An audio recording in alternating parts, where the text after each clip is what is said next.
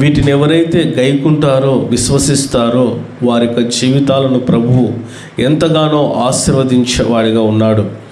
ఈ యేసుక్రీస్తు వారు శరీరధారి అయి ఈ లోకంలో ఉన్నప్పుడు అనేకమైనటువంటి కార్యములు ఆయన జరిగించాడు.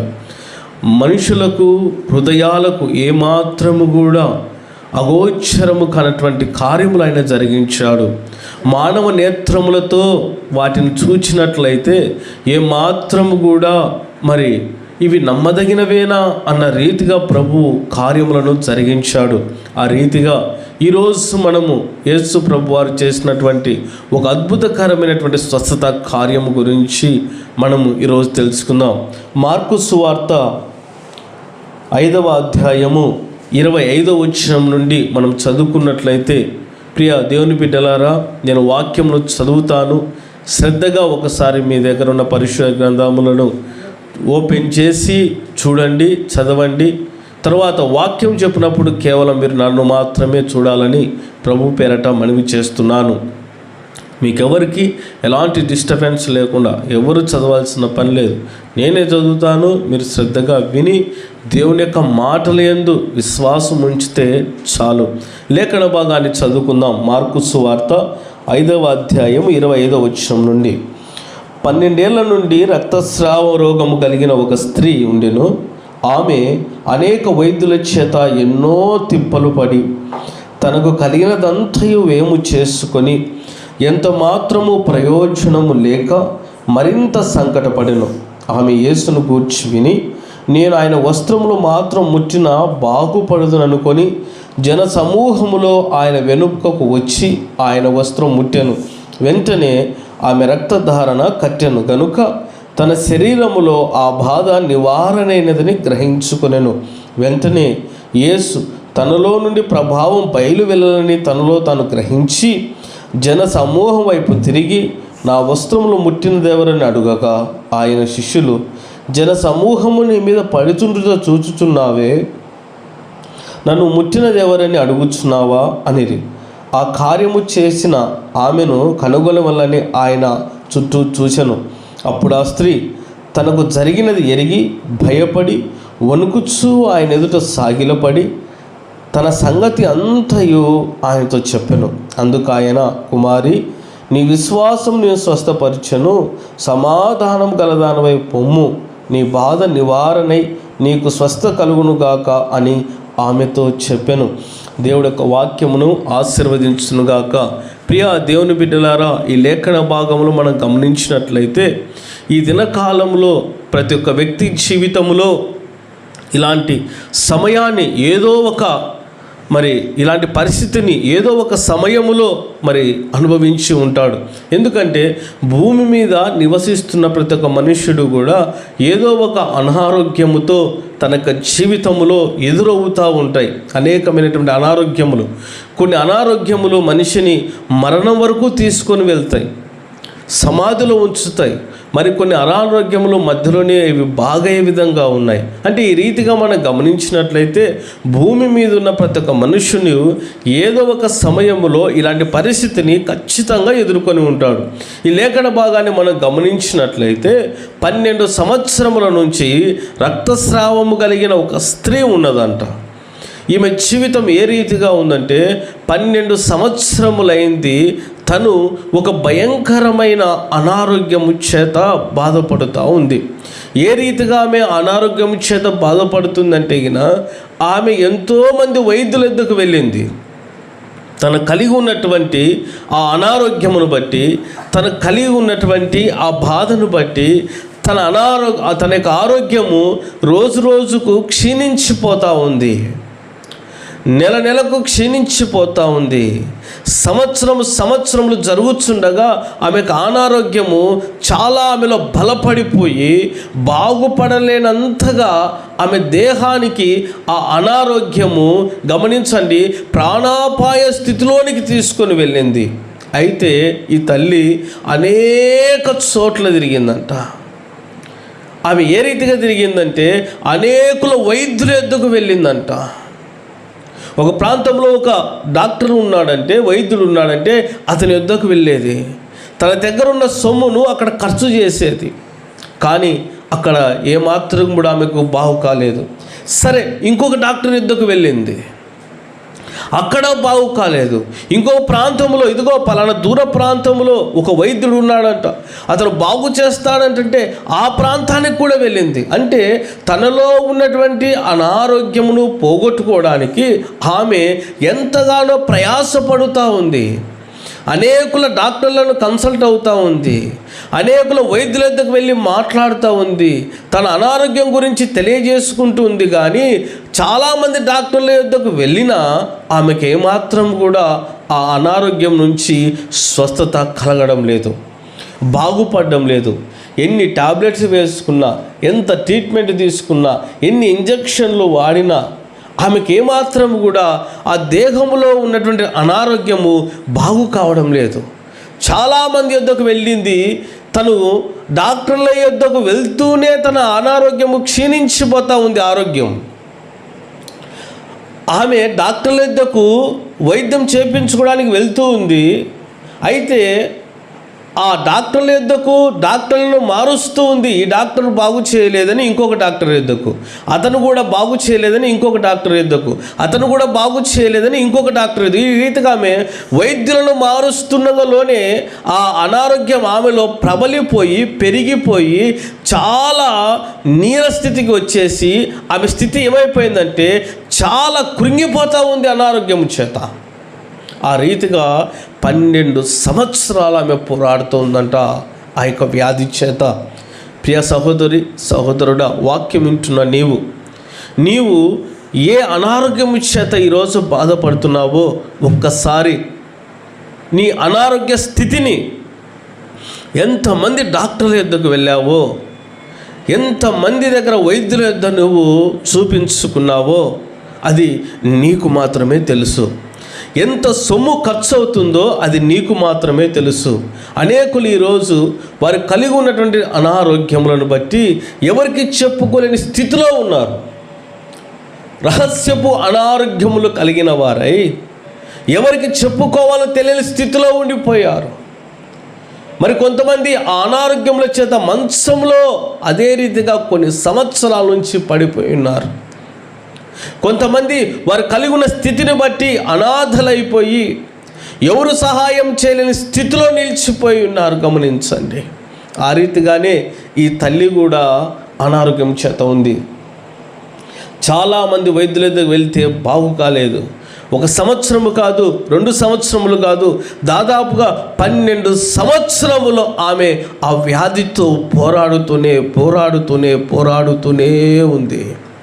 తన దగ్గర ఉన్న సొమ్మంతా కూడా అయిపోతూ ఉంది. ఆ తల్లికి వచ్చిన వ్యాధి అనేకులను ఆమె నుండి దూరం చేసేసింది. తన కుటుంబాన్ని దూరం చేసింది, తన స్నేహితులను దూరం చేసింది, తన బంధువులను దూరం చేసింది. కారణం ఆమెకున్నటువంటి అనారోగ్యము చేత ఆమె యొద్దకు ఎవరైనా రావాలి అన్నా కూడా చాలా దూరంగా నిలిచి ఉండేవారంట. కారణం ఏంటంటే ఆ తల్లి నుండి వచ్చేటువంటి భయంకరమైన దుర్వాసనను బట్టి ఎవరు ఆ తల్లిని పరామర్శించేవారు కాదు, ఎవరు ఆ తల్లితో మాట్లాడేవారు కాదు. నీ ఆరోగ్యం ఏ రీతిగా ఉంది అని ఎవరైనా ఆమెను అడిగేవారు లేరు. గమనించండి. దిక్కులేని స్థితిలో నిలిచిపోయింది ఆ తల్లి. ఎవరు సహాయము చేయలేని స్థితిలో, ఎవరు ఆరోగ్యం గురించి బాగున్నావా, తిన్నావా, ఎలాగున్నావు అని అడిగే స్థితిలో లేనటువంటి దుర్భరమైన జీవితాన్ని ఆ తల్లి జీవిస్తూ ఉంది. ఎన్ని సంవత్సరాలు తెలుసునా? 12 సంవత్సరముల నుంచి ఆమె ఆ రోగము చేత బాధపడుతూ వేదన పడుతూ దిక్కులేని స్థితిలో ఒక అనాథగా ఆమె నిలిచి ఉంది. అయితే ఆమె అనుకుంది, ఇక నా అనారోగ్యము బాగు కాదు, నాకున్నటువంటి ఈ రోగము నుంచి నేను విడుదల పొందుకోలేను, నా జీవితము ఇంతటితో ఇక ముగిసిపోయినట్లే. ఎందుకంటే నేను ఎంతోమంది వైద్యుల వద్దకు వెళ్ళాను, కానీ వారు ఏమాత్రం కూడా నాకు బాగు చేయలేకపోయారు. 12 సంవత్సరం నుంచి నేను అనేకులను సంప్రదిస్తున్నాను, కానీ ఎవరు నాకున్నటువంటి అనారోగ్యము బాగు చేయలేకపోయారు. ఇక నా బ్రతుకు ఇంతటితో ముగిసిపోయినట్లే. నా జీవితం ఇంతటితో మట్టికి మన్నుగా మారిపోవాల్సిందే, ఇక నేను బాగుపడలేను, ఇక నా జీవితం ఇంతటితో ముగిసిపోయింది అని ఆ తల్లి చాలా వేదనతో, హృదయములో ఇదిగో వేదనతో, కళ్ళ నిండా కన్నీళ్లతో నిలిచి ఉంది. అయితే అలాంటి మరణకరమైన స్థితిలో ఉన్నటువంటి ఈ స్త్రీకి, వ్యాధి చేత బాధపడుతున్నటువంటి ఈ తల్లి వద్దకు ఒక మోడుబారిన జీవితాన్ని చిగురింపచేసేటువంటి ఒక మాట ఆమె చెవులకు వినపడతా ఉంది. జాగ్రత్తగా వినండి. వాడబారిపోయినటువంటి జీవితం, ఎండిపోయిన జీవితం, ఏమాత్రం నిరీక్షణ లేని జీవితం, ఏమాత్రము కూడా ఫలభరితం లేని జీవితం, ఏమాత్రం పుష్పించని జీవితం, ఏమాత్రం పచ్చదనము లేని జీవితం, అలాంటి బ్రతుకును బ్రతుకుతున్న ఈ తల్లి ఈ మరణము, ఈ రోగము నన్ను విడిచిపెట్టదు, ఇక నాకు మరణము ఖాయము అనుకున్న స్థితిలో ఆమె చెవులకు ఒక స్వరం వినపడుతూ ఉంది. ఏంటా స్వరం అంటే చూడండి, లేఖన భాగంలో ఏమో మాటనో 27వ వచనంలో ఆమె యేసును గూర్చి విని, హల్లెలూయా, ఎవరి గురించి విన్నదంట? యేసును గూర్చి విన్నదంట. యేసును గురించి ఈమె చెవులకు ఒక మాట వినిపిస్తూ ఉంది. జాగ్రత్తగా వినండి.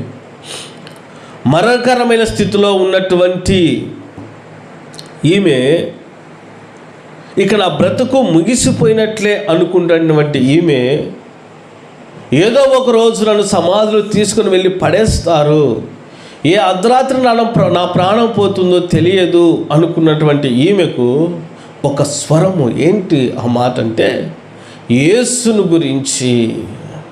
ఎవరి గురించి? యేసును గూర్చి విన్నదంట. యేసును గురించి, యేసును గురించి ఈమె విని, ఆ మాట ఎప్పుడైతే యేసు ప్రభు గురించి వినిందో ఆమెకు తన జీవితం మీద తిరిగి ఒక ఆశ కలిగింది. మరణంలో ఉన్నాను అనుకున్నటువంటి ఆమెకు యేసయ్య గురించి ఎప్పుడైతే విన్నదో తనలో ఒక ఆశ చిగురించింది. ఎండిపోయిన మొక్క ఏ రీతికైతే చిగురించినప్పుడు ఆ మొక్క చూడడానికి ఎంత అందంగా ఉంటుందో, ఈమె కూడా నా జీవితం ఇంకా అయిపోయినది అనుకున్న సమయంలో యేసు ప్రభు గురించి విన్నప్పుడు ఈమెకు తన యొక్క జీవితం మీద తిరిగి ఆశ, తిరిగి ఆమెలో ఒక స్పందన కలిగింది. ఏంటంటే నేను బాగుపడతాను అని చెప్పేసి, నేను బాగుపడతాను. ఇంతకు యేసు గురించి ఏమిన్నది? అంతకుముందు 12 సంవత్సరంలో డాక్టర్ల గురించి విన్నది. జాగ్రత్తగా వినండి. తను డాక్టర్ల గురించి విచారించేది. ఇదిగో పలానా ఊర్లో ఉన్న డాక్టర్ బాగు చేస్తాడా, లేదా పలానా ప్రాంతంలో ఉన్న డాక్టర్ బాగు చేస్తాడా, పలానా సిటీలో ఉన్న ప్రాంతంలో ఉన్న డాక్టర్ బాగు చేస్తాడా, ఆ వైద్యుడు బాగు చేశాడా ఎవరికైనా అని చెప్పి ఈమె వైద్యుల గురించి విచారించేది 12 సంవత్సరాలు. అయితే ఆమెలో ఏ వైద్యుని వద్దకు వెళ్ళినా కూడా ఆమె హృదయంలో నమ్మకం దొరకలేదు. తిరిగి తను బ్రతుకుతానని, తిరిగి తన యొక్క అనారోగ్యం నుంచి విడుదల పొందుకుంటానని, వారు ఇచ్చేటువంటి ట్రీట్మెంట్ ద్వారా బాగుపడతానటువంటి ఆశ ఆమెలో కలగలేదు. కానీ యేసు ప్రభు గురించి ఎప్పుడైతే విన్నదో ఆమెలో అప్పుడు హృదయంలో ఒక ఆశ కలిగింది. ఏంటంటే నేను యేసు ప్రభు గురించి విన్నాను. ఏమని విన్నది? యేసు ప్రభు గురించి, యేసయ్య చేసిన కార్యాల గురించి విన్నది, యేసు ప్రభు చేసిన అద్భుతాల గురించి విన్నది, యేసయ్య యొక్క పుట్టుక గురించి విన్నది, యేసయ్య యొక్క జీవితం గురించి విన్నది, యేసయ్యలో ఉన్న ప్రభావముల గురించి విన్నది. గమనించండి, యేసును గురించి వినడంలో ఉన్నటువంటి శక్తి ఎంత గొప్పదో. అందుకే ప్రభు అంటాడు, వినుట వల్ల విశ్వాసము కలుగును. వాక్యం వినాలంట. రోమా 10:15 అంటాడు, వినుట వల్ల విశ్వాసము కలుగును. యేసును గురించి విన్నప్పుడు ఈ 12 సంవత్సరముల నుంచి రక్తస్రావ రోగముతో బాధపడుతున్నటువంటి ఈమెకు గమనించండి, విశ్వాసము కలుగుతూ ఉంది. ఈరోజు నీలో విశ్వాసం కలుగుతుందా? యేసు గురించి విన్నప్పుడు 12 సంవత్సరముల వైద్యులతో సహవాసము చేసి, అనారోగ్యముతో సహవాసము చేసి, ఇక ఈ అనారోగ్యం నా నుంచి వెడలిపోదు అనుకున్న స్త్రీలో యేసు ప్రభు గురించి విన్నప్పుడు తన అనారోగ్యము నుంచి విడుదల పొందుకుంటానన్న విశ్వాసము ఆమెలో కలిగింది. ఈరోజు యేసు ప్రభు గురించి నువ్వు వింటున్నప్పుడు నీలో ఆ విశ్వాసము కలుగుతుందా? గమనించండి. వాక్యం వింటున్నాము కానీ ఆ వాక్యం మీద విశ్వాసం ఉంచడం లేదు. యేసయ్య నీ అనారోగ్యాన్ని బాగు చేస్తాడు అన్న మాట వింటాము కానీ ఆ మాట మీద పరిపూర్ణత ఉంచలేకపోతున్నాము. యేసయ్య నీ జీవితాన్ని బాగు చేస్తాడు అని వింటున్నాము కానీ ఆ మాట మీద పరిపూర్ణమైన విశ్వాసాన్ని ఉంచడం లేదు. ఇదిగో యేసు ప్రభు నమ్ముకుంటే ఆయన ఉన్నతమైన ఉద్యోగాన్ని నీకు అనుగ్రహిస్తాడు అని వింటున్నాము కానీ ఆ మాట మీద విశ్వాసం ఉంచడం లేదు. యేసయ్యను నమ్ముకుంటే ఇదిగో మంచి సంబంధ వివాహము నీకు జరుగుతుంది అని వింటున్నాము కానీ ఆ మాట మీద విశ్వాసం ఉంచడం లేదు. యేసు ప్రభు నమ్ముకుంటే నీ వ్యాపారం బాగుపడుతుంది. యేసయ్య నమ్ముకుంటే నీ పంట పొలాలు ఆశీర్వదించబడతాయి. యేసయ్యను నమ్ముకుంటే సమస్తము నీ జీవితానికి ఆశీర్వాదకరంగా ఉంటుంది. యేసయ్య నమ్ముకుంటే నీ పాపాలు క్షమించబడతాయి. యేసయ్య నమ్ముకుంటే పరలోక రాజ్యము నువ్వు చేరుకుంటావు. యేసు ప్రభు నమ్ముకుంటే ఆ బంగారు వీధులలో నువ్వు నడుస్తావు అన్న విషయాలు వింటున్నాము కానీ ఆ మాటలు యందు లక్ష్యం ఉంచడం లేదు. ఈనాడు అనేకులు విశ్వాసం ఉంచడం లేదు. గమనించండి. కనుకనే అనేకుల జీవితాలలో సర్వోన్నతమైన దేవుడు ఎన్నో ఉపకారములు చేయవలసి ఉండగా వాటిని చేయలేకపోతున్నాడు. కారణం ఏంటంటే పరిపూర్ణమైనటువంటి విశ్వాసము లేకపోవడం. అయితే ఈ స్త్రీ వాక్యం విన్నప్పుడు, అంటేగా యేసు ప్రభు గురించి విన్నప్పుడు ఆమె మనస్సులో ఒక ఆలోచన కలిగింది.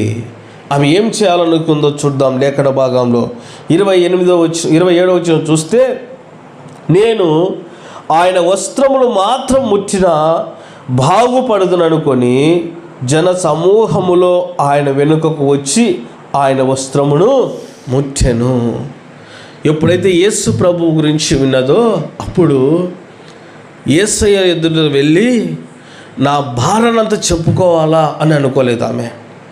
గమనించండి. యేసయ్య వద్దకు వెళ్ళి నేను నా కన్నీరు కార్చి అందరిలో గట్టిగా బిగ్గరగా అరిచి నేను ప్రభు దగ్గరికి వెళ్ళి స్వస్థ పొందుకోవాలా అని అనుకోలేదు. యేసయ్యను ప్రాధేయపడాలా అని తన మనసులో అనుకోలేదు. ఒకటి అనుకుంటా ఉంది. ప్రియ దేవుని బిడ్డ గమనించండి. ఎందుకు నేను ఈ మాటలు చెప్తున్నానంటే చాలామంది మందిరాల్లో కేకలు వేసి ప్రార్థన చేస్తూ ఉంటారు. మరి పరిసేను వలె నలుగురు చూడాలని కన్నీరు గారుస్తూ ఉంటారు. దుఃఖ స్వరముతో ప్రార్థన చేస్తూ ఉంటారు మందిరములలో. నువ్వు చేస్తున్నటువంటి ప్రార్థన, నువ్వు వేస్తున్నటువంటి ఆర్తనాదాలు, పెడుతున్నటువంటి కేకలు, ఇవన్నీ కూడా నీ మనసులో మనుషులు చూడాలని చేసినప్పుడు దేవుడి కార్యము జరగదు. గమనించండి. అందుకనే నీ మాట చెప్తున్నాను.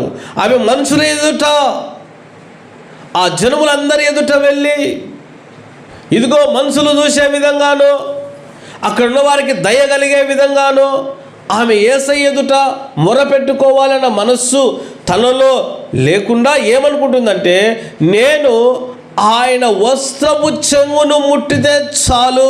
ఎంత విశ్వాసం అండి! నేను కేకలు వేయాల్సిన అవసరం లేదు, నటించాల్సిన అవసరం లేదు. నేను యేసు ప్రభువుని ఎద్దకు వెళ్ళి ఆయన వస్త్రపు చెంగును ముట్టితే చాలు, నా రోగం బాగవుతుంది అనుకుంది. హల్లెలూయా! ఎంతటి విశ్వాసం ఉందండి! 12 సంవత్సరములు అనారోగ్యము చేత ఉన్నటువంటి తల్లి యేసు ప్రభు యొక్క వస్త్రాన్ని ముట్టితే చాలు బాగుపడతాననుకుంటా ఉంది. ఆమెలో ఉన్న నమ్మకానికి నిజంగా చాలా చాలా చాలా దేవునికి మహిమ కలిగే విధంగా ఉంది. ఎందుకంటే ఈరోజు గమనించండి, కొంతమందికి వచ్చిన అనారోగ్యాలను బట్టి డాక్టర్ల యొద్దకు తిరిగి తిరిగి తిరిగి వారి ప్రయాస అంతా కూడా పడిన తర్వాత ఇక బాగు కాదు అని అనుకున్నప్పుడు వారు ఆశ వదిలేస్తారు. ఇక కానీ ఈమె ఆ డాక్టర్ల మీద ఉంచినటువంటి నమ్మకము కంటే ఆమెకు వైద్యం చేశారే ఆ వైద్యుల మీద ఉన్న నమ్మకము కంటే యేసు ప్రభు మీద ఉంచినటువంటి విశ్వాసము చాలా గొప్పది. దేవునికే మహిమ కలుగునుగాక. స్తోత్రం. ఆమె యేసుక్రీస్తు విశ్వాసము చాలా గొప్పది. ఆమె మనసులో ఒకే ఒక మాట అనుకుంటా ఉంది, నేను వెళ్ళి ఆయన వస్త్రపు చెంగును ముట్టితే చాలు. అది కూడా ఎట్లంట, వెనుకగా వెళ్ళి ఆయన వస్త్రపు చెంగును ముట్టితే చాలు నేను బాగుపడతాను అనుకుంటా ఉంది. ప్రియ దేవుని బిడ్డ, ఆమెలో ఉన్న విశ్వాసము నీలో ఉందా? నీలో ఉందా విశ్వాసము? స్టేజీల మీద గొప్ప గొప్ప మాటలతో చేసే ప్రార్థనలో ఏమాత్రం పవర్ ఉండదు. జాగ్రత్తగా వినండి. నువ్వు మందిరంలో తోటి విశ్వాసులు సేవకుడు వినాలని నీ మనసులో, మనుషులు వినాలని కొత్త కొత్త భాషలు నీ నోట్లోనికి తెచ్చుకొని నీ హృదయంలో లేనటువంటి విశ్వాసపు మాటలు పైకి పెదవులతో పలికితే కార్యము జరగదు ఇక్కడ. జాగ్రత్తగా వినండి. నీ మనస్సు ఎంత మటుకు ప్రభునందు విశ్వాసము కలిగి ఉన్నావో అంత మటుకు నువ్వు ఎప్పుడైతే పరిపూర్ణత కలిగి ప్రార్థిస్తావో దేవుడు అప్పుడు కార్యం చేస్తాడు. చాలామందికి మనుషులు ఉన్నప్పుడు వచ్చేటువంటి క్రొత్త మాటలు, క్రొత్త భాషలు ఏకాంత ప్రార్థనలో రావు. గమనించండి. అంటే మనుషులు చూసేదానికి నువ్వు ప్రార్థన చేయకూడదు, మనుషులు చూసేదానికి నువ్వు క్రియలు జరిగించకూడదు. రహస్యమందు చూస్తున్న తండ్రి వైపు ఆయన నీ విశ్వాసాన్ని చూసే విధంగా నువ్వు ప్రవర్తించాలా.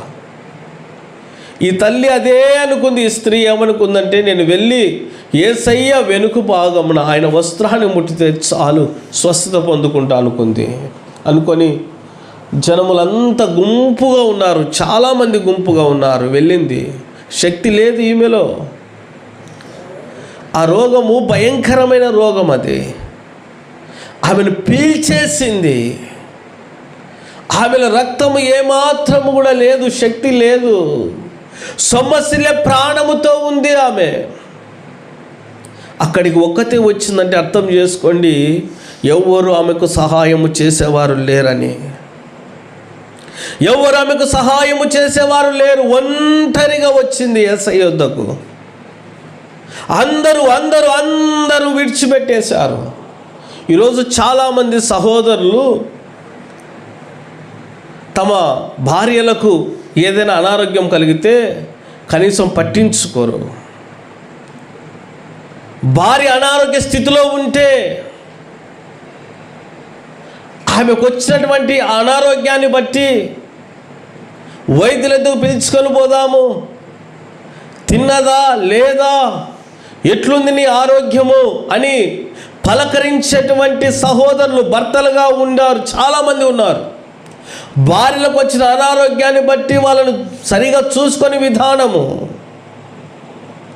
జాగ్రత్త ప్రియ సహోదరుడా, నీ భార్య ఆరోగ్యంగా ఉన్నప్పుడు నీకు సమస్త పనులు చేసి పెట్టింది. కనీసం స్నానం చేసుకోవడానికి నీళ్ళు కూడా నువ్వు పెట్టుకోలేవు, నీ భార్య పెట్టాలి. నీకు నీ బట్టలు ఇస్త్రీ తీయాలా, నీకు వండి పెట్టాలా, నీ బట్టలు ఉతకాలా, సమస్తము నీ భార్య చేసేది. నీకు కష్టపడి పని చేసి తీసుకొని వచ్చిన సొమ్మును నీ చేతిలో పెడతా ఉంది. అయితే నీ సిగ్గుమాల హృదయముతో, నీతి లేని హృదయముతో, ప్రేమ లేని హృదయముతో ఒక దుర్మార్గుడు వలె ఈరోజు నీ భార్య మీద నువ్వు ప్రవర్తిస్తూ ఉన్నావు. అనారోగ్యము చేత ఉంటే ఎలా ఉందని పలకరించేందుకు నీ నోరు రావడం లేదు, నీ మనస్సు రావడంలే, నీ హృదయానికి ఆ ఆలోచన రావడం లేదు. భార్యకు అనారోగ్యం వస్తే పుట్టింటికి తరిమేస్తూ ఉన్నావు. ఎంత నీచునువో! నీ సోకుల కోసము, నీ సంతోషం కోసము ఎంత సొమ్మునైనా ఖర్చు చేస్తావు, కానీ భార్యకు అనారోగ్యంగా ఉందంటే 10 రూపాయలు ఖర్చు చేసే మనస్సు నీకు లేదంటే ఎంత నీచమైన బ్రతుకు నువ్వు బ్రతుకుతూ ఉన్నావో గమనించండి. ఈరోజు నిజంగా ప్రియ సహోదరుడా, నువ్వు ఒక భర్తగా ఉన్నట్లయితే, ఒక స్త్రీకి నువ్వు ఒక శిరస్సుగా ఉన్నావు. భార్యకు పురుషుడు శిరస్సుగా ఉన్నాడు. మరి అలాంటి శిరస్సుగా ఉన్న నీవు నీ భార్యకు అన్ని సకల సౌకర్యాలు చూడవలసింది నీవే కదా. నీ భార్యకు సమస్తమును మేలుకరంగా చేయవలసింది నీవే కదా. బాగులేనప్పుడు ఆమెకు చూసుకోవాల్సిన స్థితి నీదే కదా. ఎందుకని ఈరోజు నీ భార్యకు అనారోగ్యం కలిగితే విడిచిపెడుతున్నావు? ఏ రీతిగా ఉన్నావని అడగనీకి మనస్సే నీకు రాలేదు. జాగ్రత్త, దేవుని దృష్టిలోనూ ఉన్నావు, దేవుని యొక్క చూపులోనూ ఉన్నావు. భార్యలను శిక్షించేటువంటి భర్తలారా, మీ బ్రతుకును దేవుడు చూస్తున్నాడు. భార్యకు అనారోగ్యం కలిగితే బాగున్నావు అని అడగలేని మనసు కలిగి ఉన్నటువంటి ప్రియ సహోదరుడా, నిన్ను దేవుడు చూస్తున్నాడు.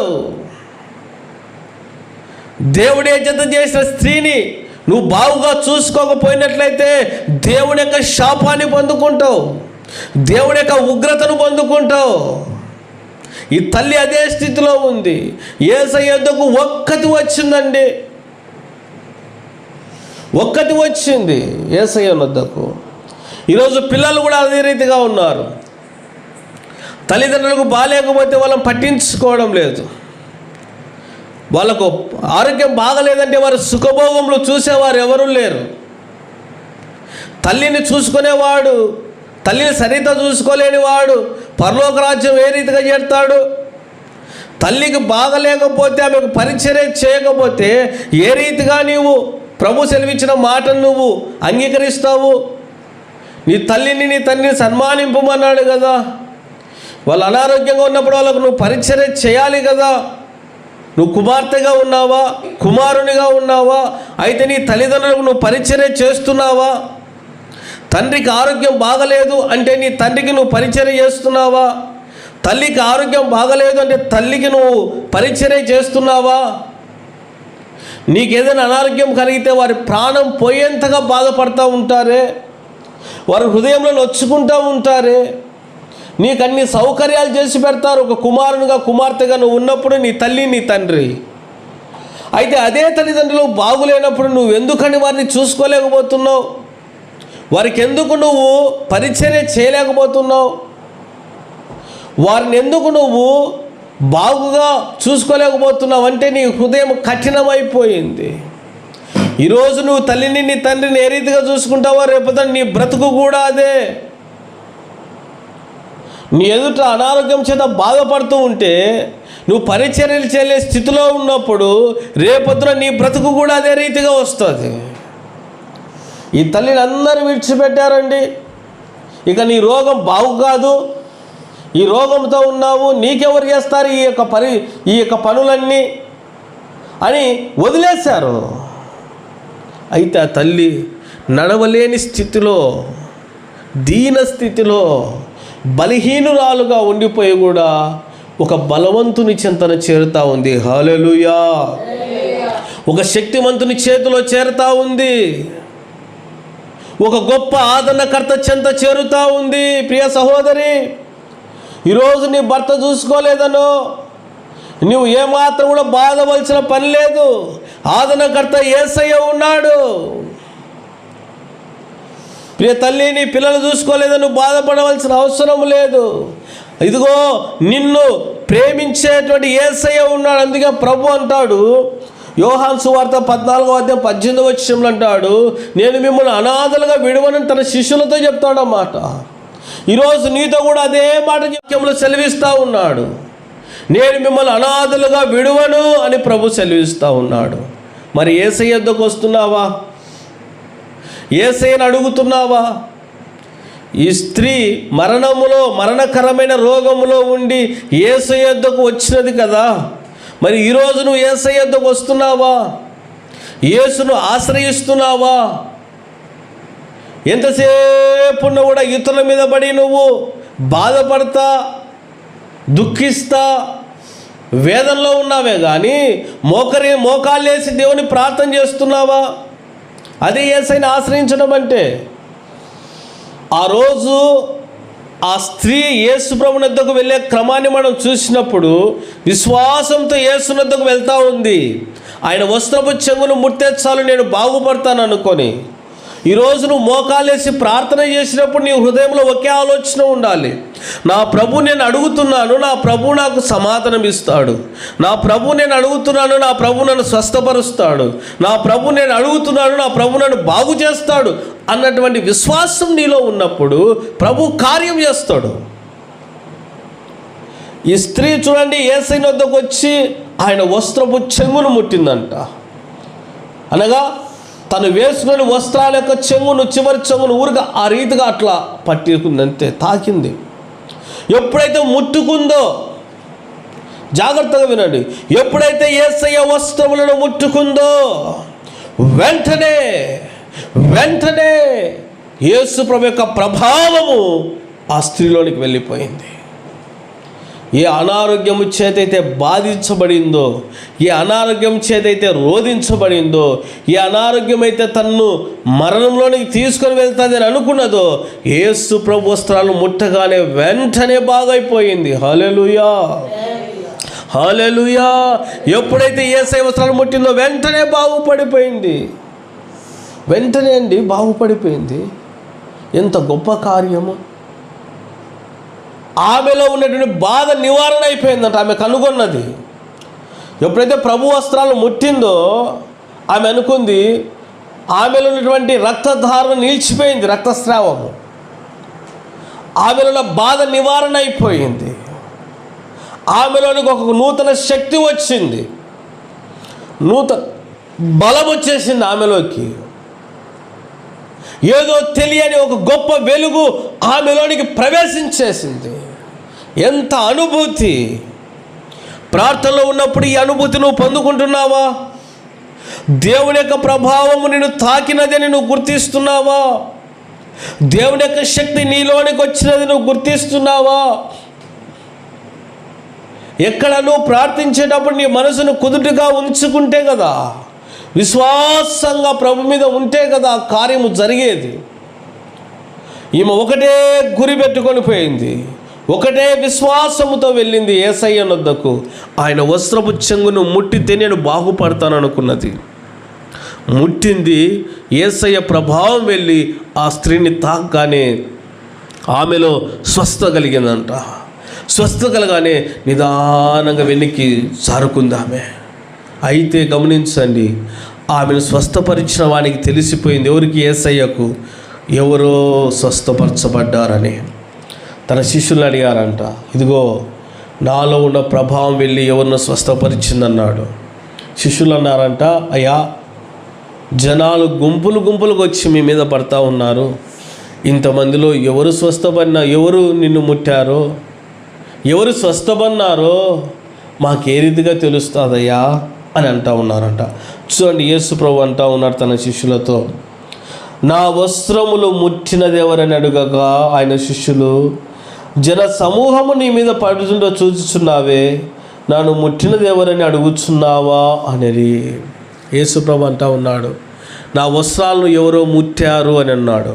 ఆయన శిష్యులు అంటున్నారు, ఇదేందయ్యా, ఇంతమంది వచ్చి మీ మీద పడుతున్నారు, మిమ్మల్ని తాకుతున్నారు, ముట్టుతున్నారు, ఇంతమంది చేస్తున్నారు కదా, మళ్ళీ ఎవరో ముట్టారంటారే అని అన్నారు. జాగ్రత్తగా వినండి ఈ మాటలో ఉన్నటువంటి అంతర్యం. అనేకులు చేసిన ముట్టుతూ ఉన్నారు, కానీ ఈ స్త్రీ ఆయన వస్త్రపు చెంగును ముట్టే బాగుపడినది. అంటే చాలామంది వచ్చి యేసయ్యను ముట్టుతున్నారు, కానీ వారిలో విశ్వాసం లేదు. వారిలో విశ్వాసం లేదు కనుకనే వారికి ఎవరికి జరగని కార్యము ఈ 12 సంవత్సరం నుంచి రక్తస్రావం గల స్త్రీకి జరిగింది. ప్రభు అది గుర్తించాడు. ఈరోజు భూమి మీద కొన్ని కోట్ల మంది ప్రార్థన చేస్తూ ఉన్నారండి. ఒక భారతదేశమే కాదు, ప్రపంచ దేశాల నలుమూలలా కూడా యేసు ప్రభుకు మొరపెడతా ఉన్నారు, ప్రభువుకు ప్రార్థన చేస్తూ ఉన్నారు. అయితే బాగుపడేది ఎంతమంది అన్నది ఇక్కడ ప్రాముఖ్యత. ఎంతమంది స్వస్థత పొందుకుంటున్నారన్నదే ప్రాముఖ్యత. నువ్వు మందిరానికి వెళ్తున్నావా? నీ మందిరంలో 200 మంది, 1000 మంది, 2000 మంది, 2 లక్షల మంది ఉండవచ్చు. అయితే వెళ్ళిన వారందరిలో నువ్వు ఉన్నావు, వారితో గుంపులో కలిసిపోయినట్లున్నావా? నీ ప్రార్థనకు ఒక ప్రత్యేకత ఉందా? ఇదే ప్రాముఖ్యమైనది. ఇప్పుడు చాలామంది ఆయన తాకుతున్నారు, కానీ ఎవరికి స్వస్థ కలగలేదు. ఈ 12 సంవత్సరముల రోగము చేత బాధపడుతున్నటువంటి ఈమెకు మాత్రమే స్వస్థ కలిగింది. ఈరోజు సంఘానికి నువ్వు వెళ్తున్నా నీవు ప్రార్థిస్తున్నా నీవు, దేవుని యొక్క కనుదృష్టి నీ మీద ఉన్నదా? ఆయన కనుదృష్టి నీ మీద ఉండే విధంగా నువ్వు ప్రార్థిస్తున్నావా? ఆయన నీ రోగమును బాగు చేయ విధంగా నువ్వు ప్రార్థిస్తున్నావా? ఆయన నీ సమస్యలను నీకు దూరము చేసే విధంగా నువ్వు ప్రార్థిస్తున్నావా? అందరూ ప్రార్థన చేస్తున్నారు, అందులో నువ్వు ప్రార్థన చేస్తున్నావు, కానీ ఎక్కడ నీ ప్రత్యేకత? ఎక్కడ క్రీస్తునందు నీకున్న విశ్వాసము, పరిపూర్ణమైన విశ్వాసం ఎక్కడ కనిపిస్తూ ఉంది? ప్రియ దేవుని బిడ్డలారా గమనించండి. ప్రభు లేఖన భాగంలో సెలవిస్తూ ఉన్నాడు, ఆ స్త్రీ ఎప్పుడైతే ఆయన వస్త్రపు చెంగును ముట్టిందో అప్పుడు పరిపూర్ణమైన స్వస్థత ఆమె పొందుకుంది. ఆమె పరిపూర్ణమైన స్వస్థత పొందుకున్నప్పుడు ప్రభువు నన్ను ఎవరో ముట్టినది అన్నప్పుడు ఆమె అనుకుంది, ప్రభు నాకు కనుమరుగు ఏది కాలేదు, ఆయనకు తెలియకుండా ఏది ఉండలేదని చెప్పేసి యేసు ప్రభు ఎదురుకు వచ్చి చెప్తా ఉందంట, అయ్యా నిన్ను ముట్టినది నేనే, బాగుపడినది నేనే. 12 సంవత్సరం నుంచి నేను రోగము చేత బాధపడేదాన్ని, అయితే నా రోగమును నేను అనేకుల వైద్యుల దగ్గరికి వెళ్ళాను, ఎవరు బాగు చేయలేకపోయారు.